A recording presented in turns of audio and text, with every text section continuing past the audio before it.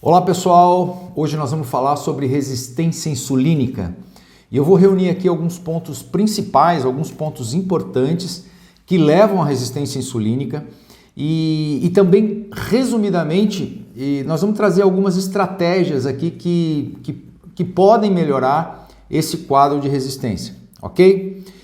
Na verdade, no vídeo anterior eu até me comprometi em trazer algumas informações sobre esse tema, né? Apesar do assunto ser um assunto bastante extenso, bastante complicado, eu vou tentar aqui resumir o máximo possível sem tirar os pontos principais da questão, ok? Vou trazer inclusive alguns slides para ficar um pouco mais didático de você entender como é que funciona a resistência à insulina, tá bom? Mas antes, deixa eu me apresentar para você que ainda não me conhece, que não se inscreveu no canal, não passou por aqui ainda. Eu sou Alex Precioso, eu sou especialista em fisiologia, sou também graduado em odontologia e há muitos anos eu venho estudando temas voltados à saúde. E aí eu resolvi criar esse canal no YouTube já há algum tempo para que a gente possa falar de saúde geral, alimentação saudável e o que fazer para que a gente possa ter uma vida saudável e uma vida longeva e, principal, com o grande objetivo de ter uma vida longa, mas uma vida sem doenças. Esse é o nosso grande objetivo, ok? Mas também para você que já me acompanha aqui no canal e que já percebeu que eu gosto muito de falar de diabetes, né?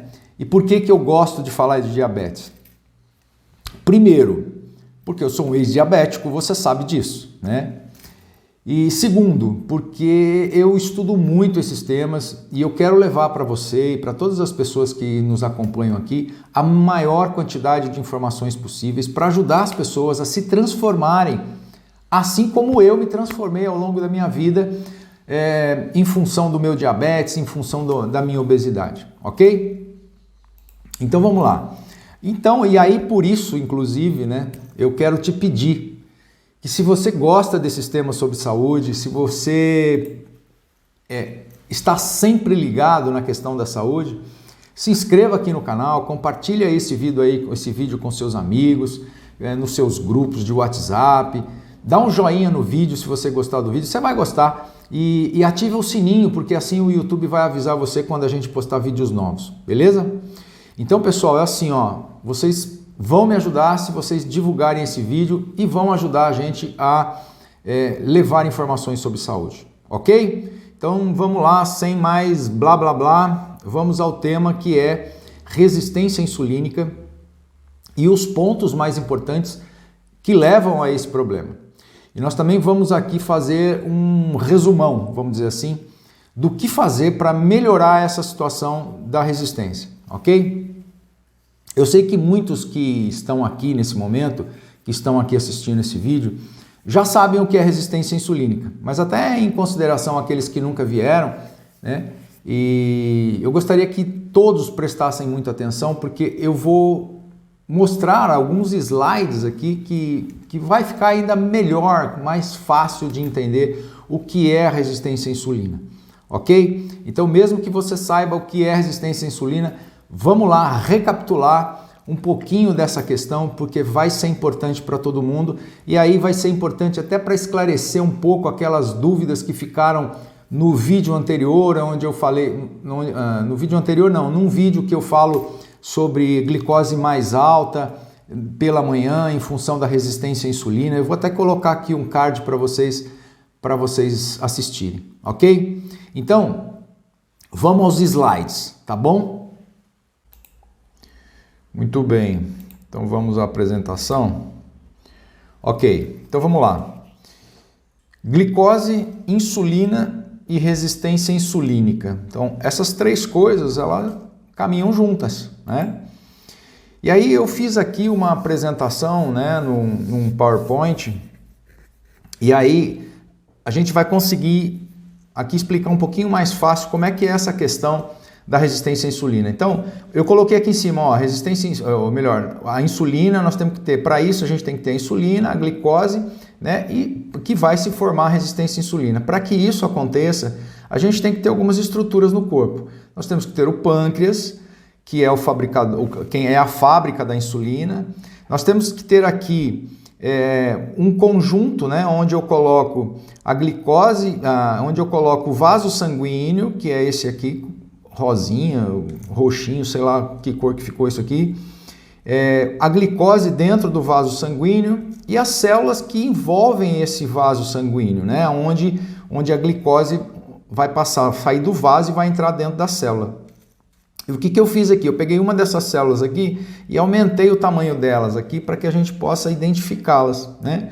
E aí, nesta célula, a gente tem todas aquelas organelas, né, que a gente viu lá na época do nosso ginásio, que tinha o núcleo, tinha as organelas que são o complexo de Golgi, lisossomas, enfim, as mitocôndrias. E aqui a gente tem bem representado a mitocôndria, que é a fábrica, é a usina de energia que a gente tem dentro do nosso corpo, dentro da nossa célula. Dentro do pâncreas é fabricado um hormônio chamado insulina, que está aqui. Na célula, a gente já falou sobre isso, a insulina, para que a glicose entre dentro da célula, a insulina precisa de um receptor que vai acoplar exatamente aqui dentro desse receptor.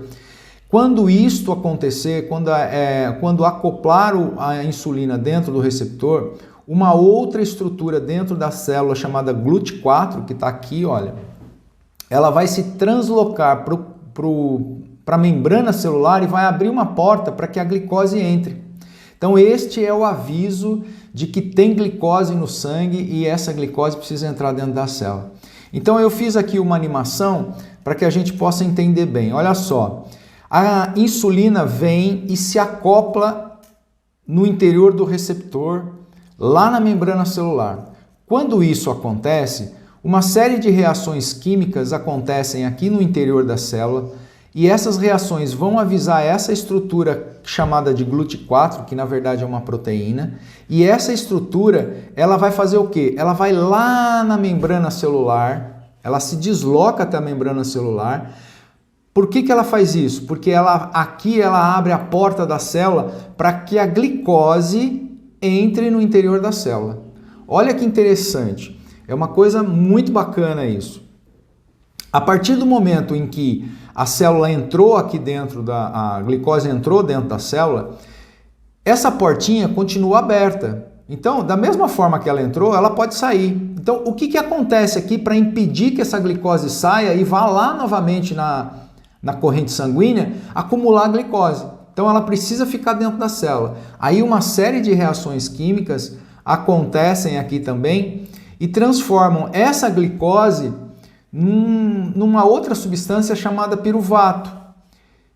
Ou seja, essa glicose ela é fosforilada, ela recebe um fósforo e aí ela se transforma numa outra substância e essa outra substância, que nada mais é do que a glicose 6-fosfato, vai entrar dentro da mitocôndria. Olha só, você viu que ela entrou aqui dentro da mitocôndria e aqui ela vai sofrer o que nós chamamos de ciclo de Krebs, ocorre o ciclo de Krebs, e esse ciclo de Krebs vai formar o ATP, que nada mais é do que a energia que o nosso corpo precisa. Então o ATP é a nossa moeda, e os especialistas dizem muito que é a nossa moeda de troca, né? O nosso corpo dá o nutriente para a célula, nós damos o nutriente para a célula, nós damos o substrato para que a célula faça a energia e a célula, através da mitocôndria, troca essa energia, troca essa glicose por uma molécula de ATP,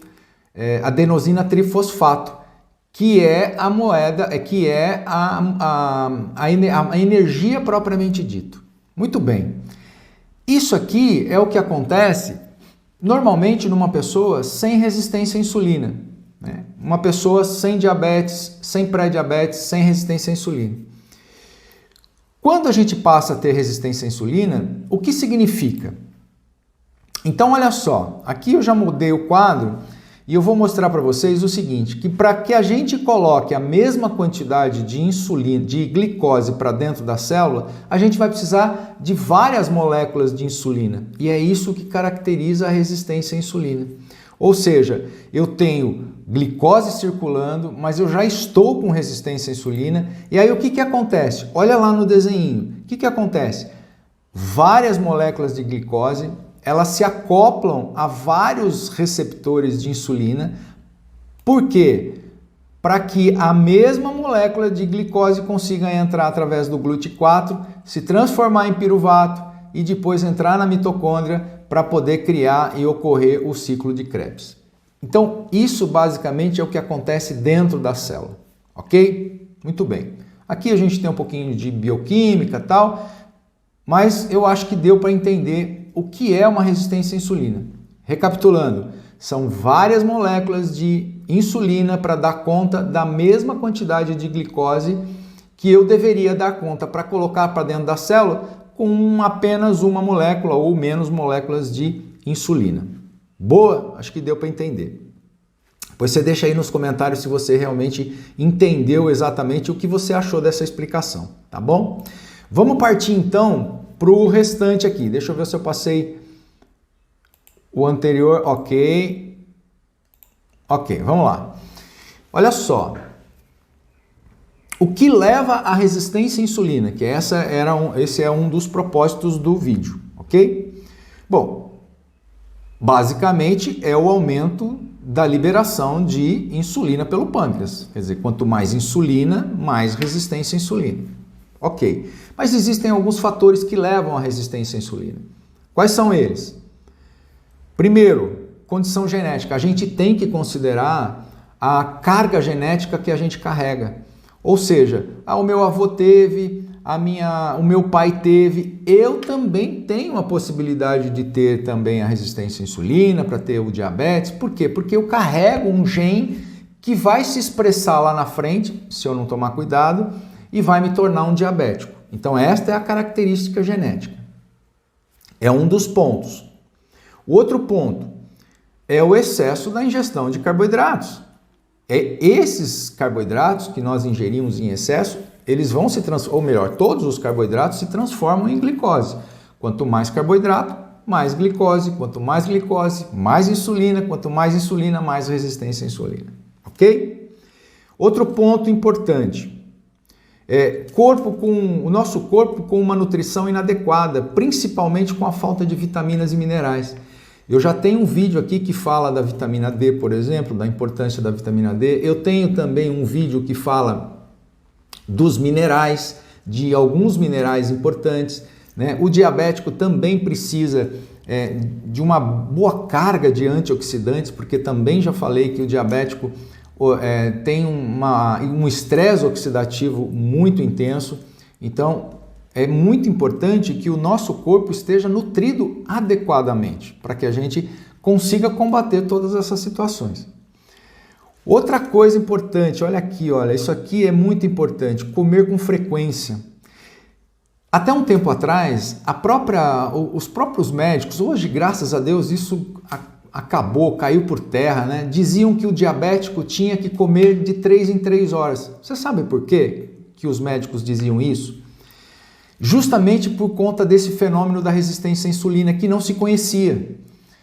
Então, o que acontece quando você come de 3 em 3 horas? Você está constantemente liberando insulina e constantemente você tem menos glicose no sangue. Só que essa constância na liberação de insulina leva à resistência à insulina. Vai chegar uma hora que nós vamos ter muita resistência à insulina, uma hora o pâncreas vai cansar, vai produzir menos insulina e aí a gente desenvolveu um diabetes importante, né? Então isso hoje caiu por terra. Se você eventualmente ainda, o seu médico diz para você que você tem que comer de 4 em 4 horas, converse com ele para rever essa situação, porque isso fisiologicamente já caiu por terra, já se sabe que isso não existe, ok?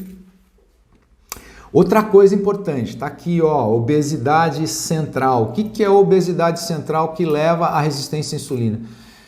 A obesidade central é a gordura intraabdominal.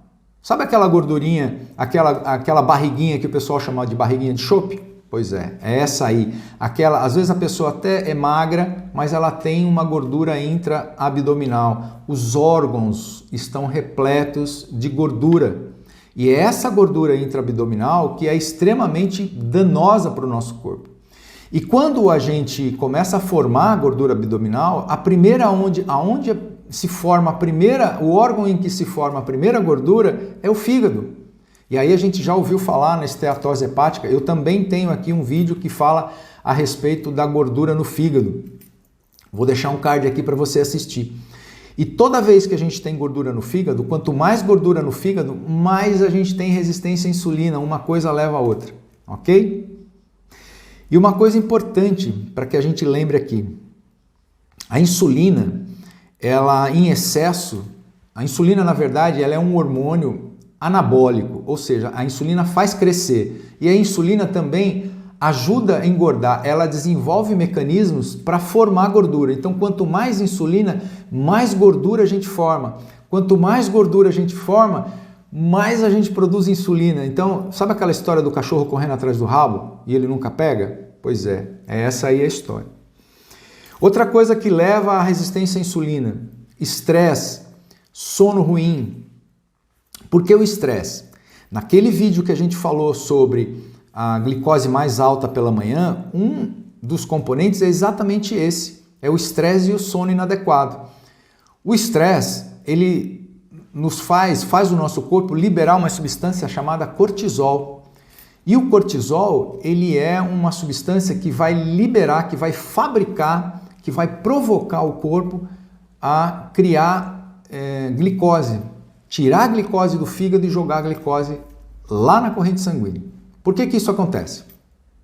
O que é o cortisol? O cortisol, na verdade, ele é considerado como o hormônio da luta ou fuga. Vou explicar melhor. Por que luta e fuga?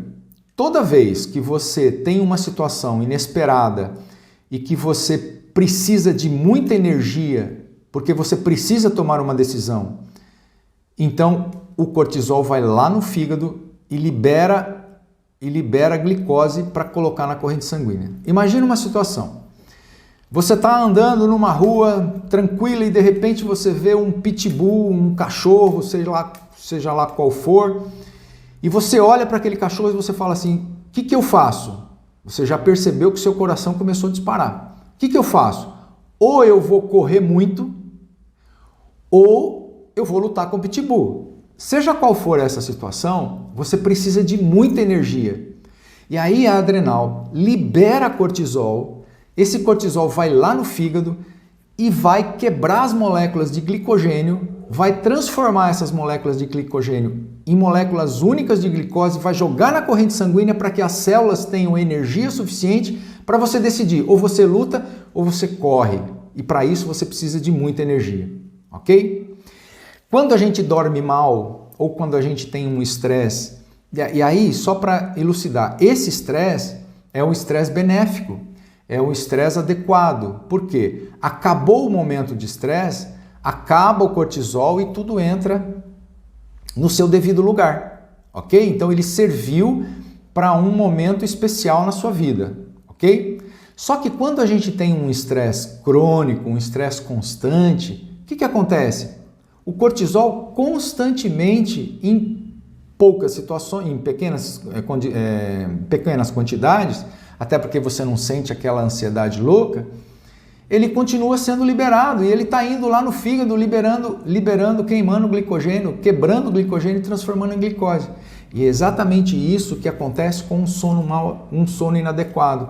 Você tem, numa noite, micro despertares com picos de cortisol, com esse cortisol indo lá no fígado e liberando glicose, e muitas vezes isso acontece de manhã, e quando isso acontece de manhã, fisiologicamente o cortisol aumenta, porque o cortisol é quem nos faz acordar de manhã.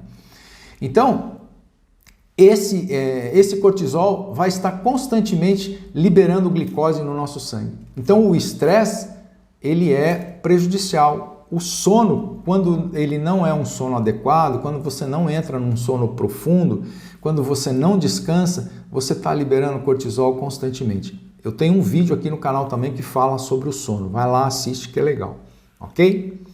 E a outra questão é o sedentarismo, né? Aquele cara que fica lá no sofá, comendo fast food, comendo bolachinha, você está sedentário, não faz absolutamente nada, você ajuda o seu corpo a se transformar, a ficar resistente à insulina, ok? Muito bem. E aí a segunda parte, o que fazer, né, para que a gente possa diminuir a resistência à insulina? O que a gente tem que fazer? Bom, a gente tem que fazer tudo o contrário. Tudo que a gente falou lá, que acontece quando leva à resistência à insulina, a gente tem que fazer ao contrário. E o que a gente tem que fazer? Então vamos lá, vamos relembrar. Questão genética. O que a gente tem que fazer para mudar? A gente pode mudar? Pode.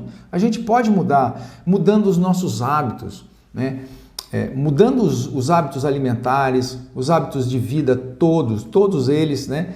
Para que a gente ajude o corpo a não ter a expressão daquele gene que vai favorecer a resistência à insulina. E isso pode acontecer, né? Você já ouviu falar nas pessoas, eu mudei completamente. E eu sou prova viva disso.